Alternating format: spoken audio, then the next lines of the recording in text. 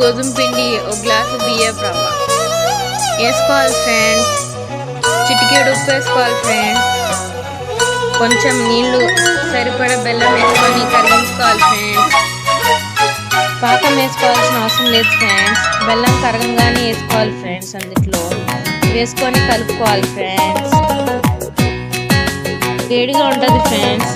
స్పూన్తో కలుపుకోవాలి ఫ్రెండ్స్.